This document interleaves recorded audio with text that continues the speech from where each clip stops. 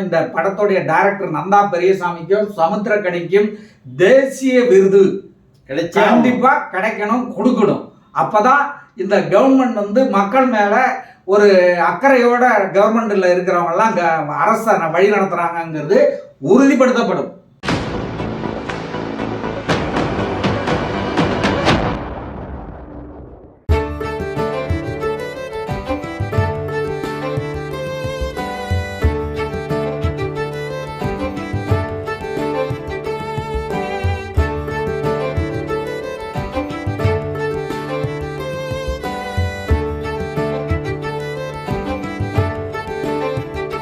உலகமெங்கிலும் வாழ ரோஜா தமிழ் டிவி நேயர்களே, உங்கள் அனைவருக்கும் என் பணிவான வணக்கங்கள்.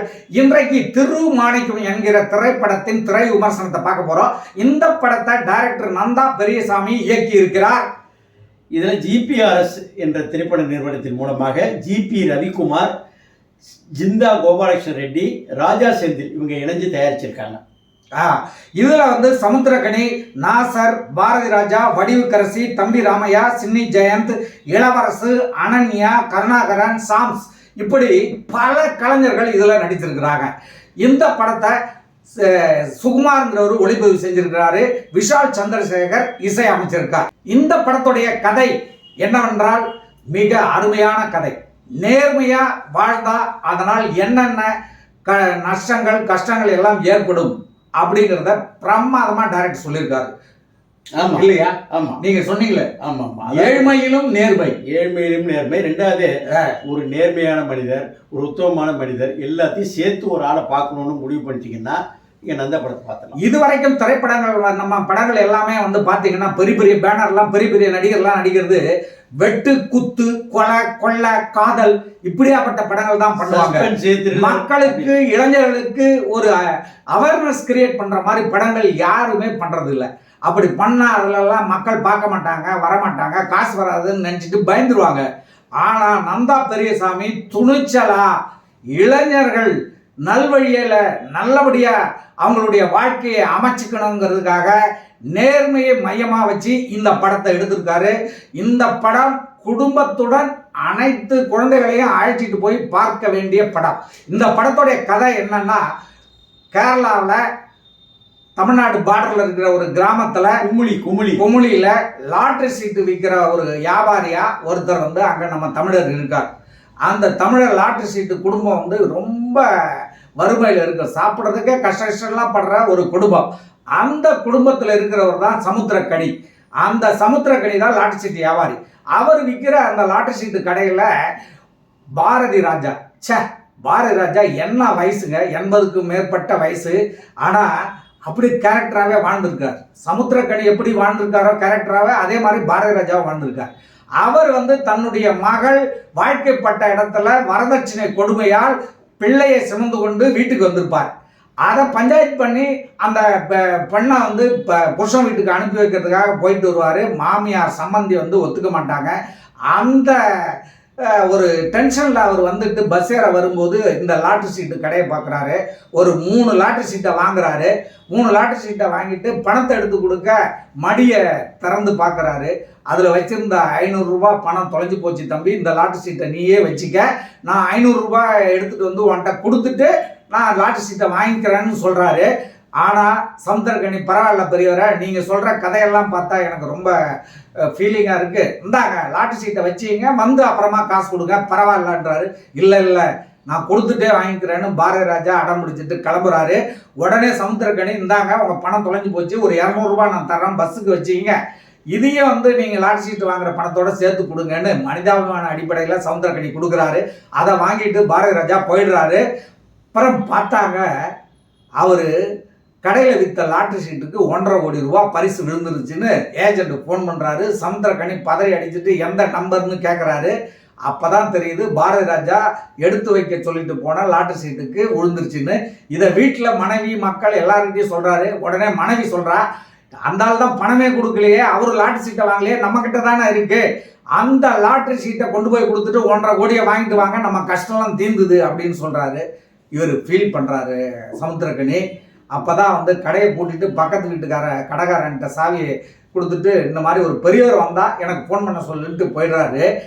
எங்கே போகிறாருன்னா அந்த பெரியவரை தேடி அவருடைய வீட்டுக்கு போறதுக்காக பக்கத்துல இருக்க கிராமத்துல இருக்காரு, பஸ் ஏறி போறாரு. எப்படி அவரு ஊரு பேர் தெரியாதவரை தேடிட்டு போறாருன்னா, அவர் வந்து ஒரு பை ஒன்று கொடுத்துருப்பாரு. அந்த பையை திறந்து பார்த்தா அவருடைய ஊரு அந்த பேர்ல போட்டிருக்கும். இந்த ஜவுளி கடையிலலாம் பை கொடுப்பாங்க பாருங்க, அந்த பையில அங்க போயிட்டு தேடிட்டு போகும்போது அது நடுவில் நடக்கிற விஷயங்கள் இருக்கு பாருங்க. அப்பா ஒரே டென்ஷன், பரபரப்பு. ஒரு பக்கம் போலீஸ் துரத்துது. அந்த போலீஸ் எல்லாரும் எப்படி இருக்கிறாங்க போலீஸார் அப்படிங்கிறத தோலுரிச்சு காட்டியிருக்காரு டைரக்டர். ஒவ்வொருத்தரும் உங்களுக்கு தெரியும், ஆமா, அவனும் அந்த பணத்தை அடிக்கணும்னு தான் பாக்குறான். போலீஸே ஒருத்தருக்கும் ஒரு டெம்பர்மெண்ட், அந்த பணத்தை எப்படி கையாளுவது, குடும்பம் ஒரு பக்கம் அதை பிடிக்கணும்னு பாக்குது, போலீஸ்காரன் பிடிக்கணும்னு பாக்குறான். இப்படி பல நெருக்கடிக்கு இடையில அவர் போய் அந்த பணத்தை பெரியவர்கிட்ட கொடுத்த உடனே, பாரதி ராஜா கிட்ட கொடுத்த உடனே, அவருடைய மனைவி வடிவுக்கரசி அங்க வந்து அம்மியில அந்த மிளகா சாந்த அரைச்சிக்கிட்டு இருக்கிறதெல்லாம் ரொம்ப யதார்த்தமா இருக்கு. தம்பி, நான் தான் இந்த லாட்டரி சீட்டை வாங்குறதுக்கு பணம் கொடுக்கலையே, இதையே என்கிட்ட கொடுக்குற, நீயே வச்சுக்க, நீயே எடுத்துக்கன்றார். இல்ல பெரியவரை, நீங்க உங்க பொண்ணை வந்து வீட்டுக்கு, மாமியார் வீட்டுக்கு வரதட்சணை கொடுத்து வாழறதுக்கு அனுப்புங்க. அவங்களுடைய அந்த பிரெக்னன்சி குழந்தை பேரை பாருங்க. உங்க மனைவிக்கு உடல்நிலை சரியில்லையே, அதுக்கு பணம் வேணுங்களே, அதுக்கு இதை வச்சு பாருங்க, எனக்கு பரவாயில்ல அப்படின்னு இவர் மனிதாபிமான அடிப்படையில் சமுத்திரக்கனி பாரதி ராஜா கிட்ட சொல்றவொடனே, பாரதி ராஜா பாருங்க ஒரு படி மேலே போய், இல்லை தம்பி நீ வேணா பாதி பணம் எடுத்துக்க, நான் வேணா பாதி பணம் எடுத்துக்கிறேன்னு சொல்றாரு. அதுக்கு மாற்று டைலாக் கொடுப்பாரு, கொடுக்குற படம் கொடுத்துட்டு வாங்கின மாதிரி வாங்க கூடாதுன்னு ஒரு மேட்டர். ஆக ரெண்டாவது, அந்த பாரதி ராஜா வந்து அந்த லாட்டரி சீட்டை வாங்கும் பொழுது ஒரு சராசரி மனிதனுடைய ஆசை, எனக்கு வயசாயிடுச்சு, என் ஒய்ஃபுக்கு மனைவிக்கு உடம்பு சரியில்லை, இதை வச்சு இந்த லாட்டரி சீட்டு ஒழுங்கா எடுத்துக்கிறேன், என் பெண்ணுக்கு அந்த மாதிரி இந்த வரதட்சணை மேட்ரு, அந்த லாட்டரி சீட் இதெல்லாம் சொன்னதால அவரு கொண்டு வந்து கொடுக்குறாரு. அந்த கேரக்டர் மெனக்கட்டி சொல்லாம அதோடைய கதையோடைய மெரிச்சு பார்க்கலாம்ல. அது ஒரு நல்ல இயக்குனர், நல்ல இப்படி போகும்போது நலன் பெரியசாமி இப்படி போகும்போது அந்த லாட்டரி சீட்டு இப்படி ரெண்டு பேருமே வாங்கல. ஆமா, ஆனா பாருங்க கடைசியில அந்த பெரியவர் வந்து பாரதி ராஜா லாட்டரி சீட்டில் விழுந்த பாதி பணத்தில் அந்த ஊருக்கு ஒரு ஹாஸ்பிட்டல் கட்டுறதுக்கு இவர்கிட்ட கொடுத்துட்றாரு, கலெக்டர்கிட்ட. இந்த நேரத்தில் அந்த ஊரில் இருக்கிற மக்கள்லாம் வந்து இப்படி போட்டியிட போகிறான், இது வாக்குவாதம் நடக்குதுன்னு பார்க்கும்போது இந்த விஷயம் தெரிய வந்து அதை எல்லாத்தையும் வந்து வீடியோ எடுக்கிறாங்க செல்போனில். உங்கள் வேலை, ஆமாம், செல்போனில் வீடியோ எடுத்த உடனே அது வைரலாக அந்த நாடு முழுக்க, கேரளா முழுக்க போயிடுது. இது சிஎம்முக்கு தெரிய வந்த உடனே சிஎம் வந்து இந்த சமுத்திரக்கனியை கூப்பிட்டு, ஏப்பா உன்னுடைய நேர்மைக்காக நான் பாராட்டுறேன், நீ கொடுத்த பரிசுக்காக நான் உனக்கு கவர்மெண்ட் சார்பாக ஒரு பரிசு கொடுக்குறேன், ஒரு வீடு இலவசமாக கொடுக்குறேன், உன் பிள்ளைங்களை கவர்மெண்ட் சார்பாக இல்லை சார் முழு செலவையும் அரசே ஏற்று படிக்க வைக்கும், இதை நீ ஏற்றுக்க அப்படின்றாரு. அப்போ தான் பாருங்க சமுத்திரக்கனி சொல்கிறாரு, சார் அப்படியெல்லாம் நான் வந்து ஏற்றுக்க மாட்டேன், எனக்கு தேவையில்லை சார், நானே உழைச்சி சம்பாதிச்சு இதை எல்லாத்தையும் பண்ணிடுவேன், ஏழைகளுக்கு நீங்கள் கொடுங்க அப்படின்னு சொல்லிட்டு போகிறாரு. அந்த நாடே அவர் வெளியில் சிஎம் ஆஃபீஸ் விட்டு வெளியில் வந்தவுடனே அந்த நாட்டு மக்களே வந்து அவரை தூக்கி கொண்டாடுறாங்க, மீடியாக்கள் எல்லாம் தூக்கி கொண்டாடுது. இதுதாங்க படத்துடைய கதை. இதில் வந்து நாசர் ஒரு கேரக்டரில் வரார். நாசர் வந்து முஸ்லீமாவே வரார். முஸ்லீமா வந்து ஏழைகளுக்கு முஸ்லீம்கள் எப்படி உணவளிக்கிறாங்க, உதவுறாங்க, கெட்டு போறவர்களை எப்படி அவங்க வந்து நல்வழிப்படுத்துறாங்க அப்படிங்கிறத பிரமாதப்படுத்திருக்காருங்க. ஒரு ரியல் முஸ்லீம் அந்த மதத்தோடைய, ஏன்னா முஸ்லீம்னாலே இப்ப வந்து இஸ்லாமியர்கள்லாம் வந்து இந்த படத்தை கொண்டாடணும். ஏன்னா இஸ்லாமியர்களையே வந்து எல்லாரும் வில்லனா தான் காட்டுவாங்க. ஆனா இதுல இஸ்லாமியரை வந்து அப்படியே வந்து ஹீரோவா காட்டியிருக்கிறாங்க. அவங்களுடைய ஒரிஜினல் கேரக்டரை காட்டியிருக்காரு. நாசர் அந்த கேரக்டராகவே வாழ்ந்திருக்காரு. 3 சீன் தான் வராரு, அருமையா பண்ணிருக்காரு. அதே போல காமெடியன் சின்னி ஜெயந்த் ஒண்ணு இல்ல, அவர் வந்து ஒரு கிறிஸ்துவ பாதிரியாராக வந்து அவர் மனிதராக இருந்தவர் தானே, ஏப்பா உன் சிரமமா இருக்குன்னு சொல்லிட்டு ஒரு பிராக்டிக்கலா சில விஷயத்த சொல்றாரு. ஆமா, அது ஒரு போகுது. அந்த நேரத்தில் கடைசியில சிஎம் கிட்ட இருக்கும்போது ஒரு கண்ணீர் விடுறாரு பாருங்க. பிரமாதமான குணச்சித்திர நடிகருக்கான ஒரு படியை எடுத்து வச்சு, இந்த தத்துவ படம், நேர்மை படம் என்பதைக்கு தவிர்த்து இதுக்கு வந்து அந்த நாசருடைய பிளாஷ்பேக்ல தான் அவர் வராரு. அந்த போர்ஷன் வந்து ரொம்ப பிரமாதமான போர்ஷன். அதை சொல்லிட்டா கதை என்னன்னு அப்புறம் அதை சொல்லக்கூடாது, அது சஸ்பென்ஸ். அதை நீங்க படத்துல போய் பாருங்க, அவ்வளவு அருமையா இருக்கும். இப்படி அதுவும் அந்த மனைவியா நடிச்சிருக்க அண்ணியா இருக்காங்களே, ஒரு சராசரி குடும்பத்தில் ஒரு ஏழை குடும்பத்தில் இருக்கிற பெண்கள் எப்படி இருப்பாங்க? பணம் அவங்களுக்கு தேவைப்படுது, அவங்கள வந்து இன்ஸ்பெக்டர்கிட்டே கடன் வாங்கிக்கிட்டு அவனே இன்ஸ்பெக்டரே வந்து வட்டி கொடுத்துட்டு மிரட்டுறான். அந்த இதுல இருந்து தப்பிக்கணுங்கிறதுக்காக அவங்க அந்த லாட்டரி சீட் பணத்தை எடுத்துக்கணும்னு நினைக்கிறதுல தப்பு இல்லை. அதை வந்து ரொம்ப தத்ரூபமா எந்த வித ஒரு கிளாமர் இல்லை, செக்ஸ் இல்லாம வீட்டு குடும்ப பெண்மணியா அருமையா நடிச்சிருக்காங்க. இந்த படத்துல முக்கியமா சார் செக்ஸ் இல்ல, வன்முறை இல்ல, ஆனா என்டர்டெயின்மெண்ட் டீசெண்டா கொடுப்பதற்காக ஆர்டிஸ்ட் சாம் அவர் ஓட்டுநர் அந்த ஒரு ஒவ்வொரு ஓட்டுநரும் எப்படி இருக்கணும் அப்படிங்கிறதுக்கு அந்த செல்போனை வந்து வண்டி ஓட்டும் போது பேசக்கூடாது, டப்பாக்குள்ள போட்டுருந்தோங்கிறதெல்லாம் காட்டுறாங்க பாருங்க. அருமையான விஷயங்கள். அது கருணாகரன் வந்து ஒரு அவார்டு வாங்குறதுக்காக நல்ல நேர்மையான, அவரு ஒரு நேர்மையான பர்சன். ஆமா, அவார்டுன்னு சொன்ன உடனே அவார்டு வாங்குவதற்காக அவர் மூவ் பண்றதுக்கு பாருங்க, அவர் கொடுக்குற பஞ்சஸ் வேற கதை. அதுக்காக திருடன் அவர் பிடிக்க போற மாதிரி காட்டுறது. நடுவுல பாருங்க யானை வந்து தடுத்துரும். அந்த சீமான் வண்டி ஓட்டும் போது யானை வந்து வண்டியை சூழ்ந்துடும். அதுலதான் சமுத்திரக்கனி அந்த பாரதிராஜா தேடி போவாரு. அப்ப அந்த யானைகள்ட்ட இருந்து இவர்கள் பயப்படுறதோ, அந்த யானைகள் வந்து இவர்களை விட்டுட்டு போறதோ, அது வந்து பிள்ளையாரே தங்களை காப்பாத்திட்டதா அவங்க நினைக்கிறதோ, இது ரொம்ப அருமையான தம்பி ரம்மா என்ற ஒரு கேரக்டர்.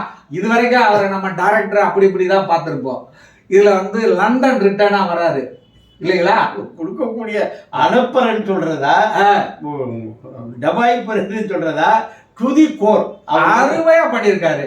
மிகச்சிறந்த ஒரு காமெடியனா அவர் வந்து இதுல வந்து பிரமாதப்படுத்திருக்காரு, அழகு பண்ணிருக்கிறாரு. ஆமா. ரெண்டாவது இளவரசர் வந்து மச்சானா வர்றாரு சமுத்திரக்கனிக்கு. ஆமா, ரொம்ப யதார்த்தமா பணத்தை ஒரு ஷேர் மார்க்கெட்டிங்ல இருக்கக்கூடிய பிரச்சனை. ஆமா, இப்ப எல்லா மக்களும் ஷேர் மார்க்கெட்டுக்கு போய் எப்படி வந்து அவங்க அழிஞ்சு போறாங்க, பணத்தை விடுறாங்க, இந்த கிரிப்டோ கரன்சி அது இதுல எல்லாம் போய் அப்படிங்கிறத ஒரு அவேர்னஸா டைரக்டர் வந்து பிரமாதமா ஊமை பெண்ணாக நம்ம வீட்டுல எல்லாம் பாத்தீங்கன்னா குழந்தைங்க வந்து சில நேரம் 1 வயசு 2 வயசு வரைக்கும் பேச்சு வராது. சில நேரத்துல 5 வயசு 7 8 வயசு 10 வயசு கூட பேச்சு வராது. அப்ப அந்த குடும்பத்து பெற்றோர்கள் என்ன பாடுபடுவாங்கிறது எனக்கு தெரியும். ஒரு வாழா வெட்டியாக புருஷன் விட்டு போறதை வந்து அவங்க மாமியார் மூலமா காமிச்சிருக்கிறாங்க. இல்ல அந்த எது சொல்ல வரேன்னா, அந்த பேச்சு வராத குழந்தைய வச்சுக்கிட்டு வாழ்றது, அப்புறம் இந்த கொஞ்சம் இந்த குழந்தைகளை வச்சுக்கிட்டு வாழ்றதெல்லாம் எப்படி எவ்வளவு கஷ்டங்கிறது நமக்கு தெரியும். அந்த குழந்தைக்கு பேச்சு எப்படி வருதுங்கிறத பிரமாதமா அந்த டைரக்டர் காட்டியிருக்காரு. ஒவ்வொரு குடும்பத்தினரும் தங்களுடைய பிள்ளைகளை வந்து குறை இருக்குன்னு அவங்க மேல வந்து வருத்தப்படாம கஷ்டப்படாம அதை எப்படி கொண்டாடணுங்கிறத இந்த டைரக்டர் காட்டியிருக்காரு. நீங்க எல்லாம் போய் பார்த்து அதை தெரிஞ்சுக்கணும் இல்லையா? இது வந்து ஒன்ஸ் இன் ஏ ப்ளூ மூணும்பாங்க, அப்புறம் குறிஞ்சி பூத்த மாதிரி சொல்லுவாங்க, அத்தி பூத்த மாதிரி சொல்லுவாங்க. இது மாதிரி எப்பயோ வரக்கூடிய திரைப்படங்கள் இது ஒரு திரைப்படம். ஆமா, அந்த சமுத்திரக்கனி வந்து இந்த படத்துல ஒரு நேர்மையானவனா வாழ்ந்திருக்கார். வேற யார் அந்த கேரக்டர் நடிச்சாலும் இந்த கேரக்டர் எடுபட்டு. முக்கியம் என்னன்னா அந்த கதையை வந்து அதே ஓட்டத்திலே கொண்டு போயிருக்காங்க. எங்கேயுமே டூயட் பாடி ரொம்ப என்டர்டெயின்மெண்ட் கொடுக்க போறேன்னு சொல்லிட்டு ஆட்டம் பாட்டங்கிட்ட பாட்டு இருக்கு. 2 பாட்டு விஷால் சந்திரசேகர்ல அதெல்லாம் மைண்ட் வாய்ஸ் பாட்டுகளா பண்ணி யாரும் வாயில கொடுத்துக்கிட்டு ரொம்ப பிரமாதமா வீசி பண்ணிருக்காரு. சமுத்திரக்கனிக்கு வந்து சார் முக்கியமா சொல்லணும், இந்த படத்துடைய டைரக்டர் நந்தா பெரியசாமிக்கும் சமுத்திரக்கனிக்கும் தேசிய விருது கண்டிப்பா கிடைக்கணும், கொடுக்கணும். அப்பதான் இந்த கவர்மெண்ட் வந்து மக்கள் மேல ஒரு அக்கறையோட கவர்மெண்ட்ல இருக்கிறவங்க எல்லாம் அரச வழி நடத்துறாங்கிறது உறுதிப்படுத்தப்படும். இது அனைவரும் அப்புறம் சார் அந்த சுகுமார் கேமராமேன் அதாவது கேரளாவுடைய குமிழியினுடைய இயற்கை அழகு அழகு அந்த பசுமை மலையும் அந்த பசுமையையும் ரொம்ப அழகா காட்டியிருக்காரு. அந்த லொகேஷன் மற்ற வீட்டுல காட்டும்போது பஸ் ஸ்டாண்டு காட்டும்போது எல்லாத்தையுமே அந்த சுமார் பிரமாதப்படுத்தியிருக்காரு. அவரையும் நம்ம பாராட்டணும். மொத்தத்துல இந்த படத்தை எடுத்த தயாரிப்பாளர்களை பாராட்டணும். ஏன்னா இந்த மாதிரி ஒரு நல்ல கதையை செலவு பண்ணி எடுத்து மக்கள்கிட்ட கொண்டு போகணும்னு அவங்க நினைச்சிருக்காங்க பாருங்க, அவங்க முயற்சி பண்ணியிருக்காங்கல்ல, அதுக்கு பாராட்டணும். இந்த படம் முடிஞ்ச பிறகு இந்த படம் முடிஞ்ச பிறகு லிங்குசாமி இது நல்ல படம், இதை நம்ம ரிலீஸ் பண்ணணும் அப்படின்னு சொல்லி அவரும் முயற்சி பண்ணி தன்னுடைய திருப்பதி சாமி பிக்சர்ஸ் மூலமா தன் தம்பி போஸ் மூலமா இந்த படத்தை வெளியிட்டு இருக்காரு பாருங்க, அதையும் நம்ம பாராட்டணும். ஸோ மொத்தத்தில் இந்த இதுவரை நாம இந்த வருஷத்துல சினிமாவில் பல படங்கள் பார்த்துருக்கோம். அந்த அத்தனை படங்களிலும் இந்த படம் மைல்கல் படம், அனைவரும் குடும்பத்துடன் பார்க்க வேண்டிய ஒரு நல்ல படம். நீங்க பயப்படாம உங்க குழந்தைகளை அழைச்சிட்டு போலாம்.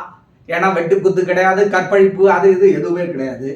ஸோ நீங்க எல்லாரும் குடும்பத்தோட போய் இந்த படத்தை பாருங்கள், கண்டிப்பாக பாருங்கள். வாழ்த்துக்கள். நன்றி, வணக்கம். மீண்டும் அடுத்த திரை விமர்சனத்தில் சந்திப்போம் நேயர்களே. நன்றி, வாழ்த்துக்கள். ரோஜா தமிழ் டிவி வியூவர்ஸ் எல்லாருக்கும் வணக்கம். இதுவரை நீங்கள் பார்த்த இந்த நிகழ்ச்சி உங்களுக்கு பிடிச்சிருக்கும் அப்படின்னு நினைக்கிறோம். இது மாதிரி பல சுவாரஸ்யமான நிகழ்ச்சி உங்களை சென்றடைய நீங்கள் செய்ய வேண்டியது ஒன்றே ஒன்று தான். ரோஜா தமிழ் டிவியை லைக் பண்ணுங்கள், ஷேர் பண்ணுங்கள், கமெண்ட் பண்ணுங்கள், சப்ஸ்கிரைப் பண்ண மறந்துடாதீங்க. அது மட்டும் இல்லாமல் எங்களோட செய்திகள் உங்களை உடனுக்குடன் அடைய நீங்கள் செய்ய வேண்டியது ஒன்றே ஒன்று தான். பெல் பட்டனை கிளிக் பண்ண மறந்துடாதீங்க.